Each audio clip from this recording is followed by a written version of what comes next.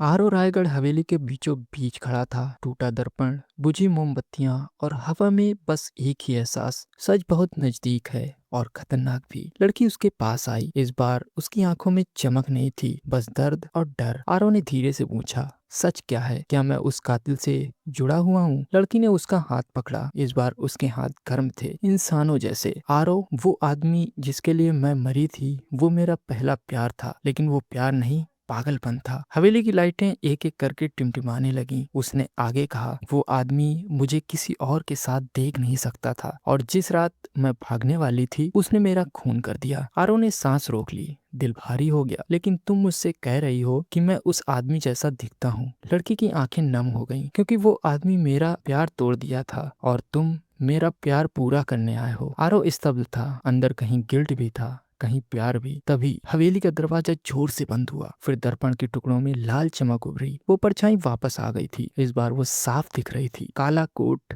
लाल आंखें, चेहरा गुस्से से भरा। और हाँ, वो सचमुच आरो जैसा दिखता था, बस और घिनौना और ज्यादा अंधेरा। उसने गुर्जाकर कहा, वो मेरी थी और हमेशा रहेगी। आरो ने गुस्से से चिल्लाया, तूने उससे मारा क्यों? परछाई ने हल्की हल्की हंसी, डरावनी खोखली की। प्यार किसी और का होता ही नहीं, जो मेरा है वो मेरा ही रहेगा। लड़की रो पड़ी। मैं तुम्हारा प्यार नहीं थी, मैं कभी भी नहीं थी। परछाई की आंखें आग की तरह दहकीं और वो आरो की तरफ बढ़ने लगा। आरो ने इस वक्त तुम्हारे पास दो रास्ते हैं। लड़की ने कांपती आवाज में कहा, ये तो तुम अंधेरे से लड़ लो या तुम भी अंधेरे का हिस्सा बन जाओ। आरो ने परछाई की ओर देखा। वो परछाई उसके अपने ही पर्सनालिटी का अंधेरा हिस्सा थी। उसका डर, उसका गुस्सा, उसकी जेलसी और उसकी पॉजेसिवनेस, सब कुछ उसी रूप में खड़ा था। आरो ने गहरी सांस ली। मैं तुम नहीं हूँ और मैं किसी का कातिल नहीं हो सकता। परछाई गरजी, तो मर जा। वो आरो उस पर झपटी। कमरा हिल गया, मोमबत्तियां उड़ गईं। आरो गिर पड़ा। परछाई उसके ऊपर थी। दम घोंटने लगी। लड़की चिल्लाई, आरो बस एक चीज कर सकते हो, उसे माफ कर दो। आरो हैरान रह गया। माफ?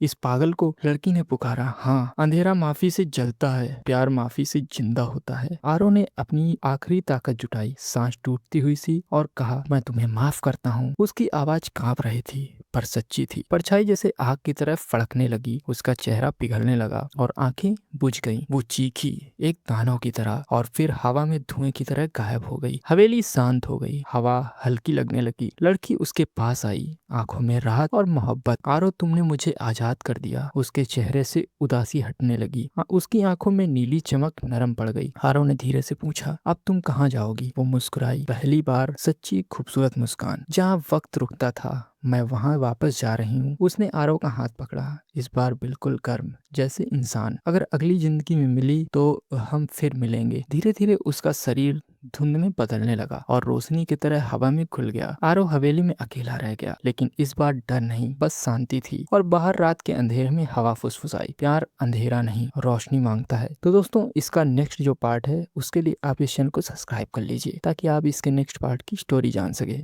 तो मिलते हैं नेक्स्ट वीडियो में, तब तक के लिए बाय बाय दोस्तों।